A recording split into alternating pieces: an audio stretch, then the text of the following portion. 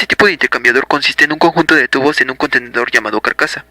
El flujo de fluido dentro de los tubos se le denomina comúnmente flujo interno, y aquel que fluye en el interior del contenedor como flujo externo.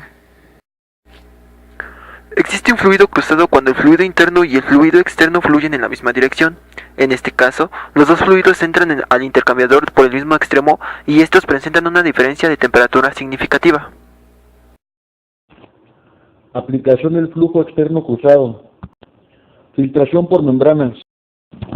Cambiador de rizos con membranas en cada cara para filtración.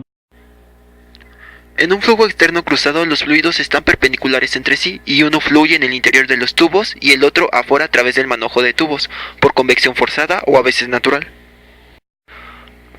Aquí se muestra el punto de estacionamiento. En este punto es donde el fluido choca con la superficie, la velocidad disminuye y la presión aumenta. Este se divide simétricamente y como se observa, el ángulo es de cero.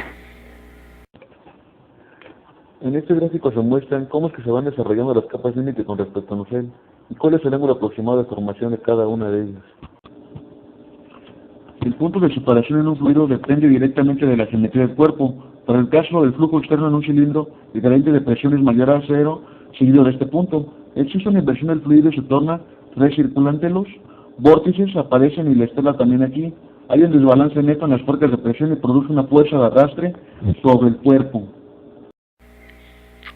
Los grados de separación en la capa límite laminar es aproximadamente 80 y el Reynolds debe de ser menor a 20.000. Para que esto ocurra en la transición de la capa límite hay aproximadamente 140 grados de separación y aquí los Reynolds son mayor o igual a 20.000.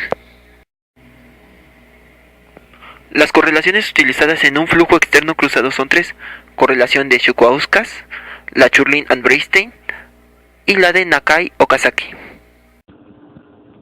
cuyas condiciones son en la correlación de Shoukauskas-Prandtl debe ser mayor a 0.7 pero menor que 500 y Reynolds mayor a 1 pero menor que 10 exponencial a la 6 y si Prandtl es menor o igual a 10, n vale 1.37 y si es mayor a 10 entonces n vale 1.36. C y m son constantes, todas estas propiedades se evalúan a T infinita. La correlación de Churchill-Bernstein P debe ser mayor a 2 para poder ser utilizada, y en la de Nakai-Okazaki menor a 2. Cuando son más de un cilindro se utiliza la correlación de Shoukauskas y n subíndice i debe ser mayor a 20 Reynolds, mayor que 1000, pero menor que 2 exponencial a la 6, y Prandtl debe estar entre 0.7 y 500. La correlación de Hilter es utilizada por un flujo cruzado alrededor de formas no circulares donde tienen constantes A, C y E. En la tabla se muestra un resumen el rango de Reynolds y el número de Nusselt para cilindros y distintas geometrías. Observaciones. Entre las principales razones por las que se utilizan los intercambiadores de calor se encuentran las siguientes: calentar un fluido frío mediante un fluido con mayor temperatura, reducir la temperatura de un fluido mediante un fluido con menor temperatura, llevar al punto de ebullición a un fluido mediante el fluido con mayor temperatura, condensar un fluido en estado gaseoso por medio de un fluido frío. En conclusión, los intercambiadores de calor, en este caso el flujo cruzado, son dispositivos que permiten remover el calor de un punto a otro de manera específica, en una determinada aplicación donde los fluidos involucrados deben estar a temperaturas diferentes. Se debe de tener en mente que el calor solo se transfiere en una sola dirección, del fluido de mayor temperatura hacia el fluido de menor temperatura. En la transferencia de calor, un flujo externo cruzado no está en contacto entre ellos.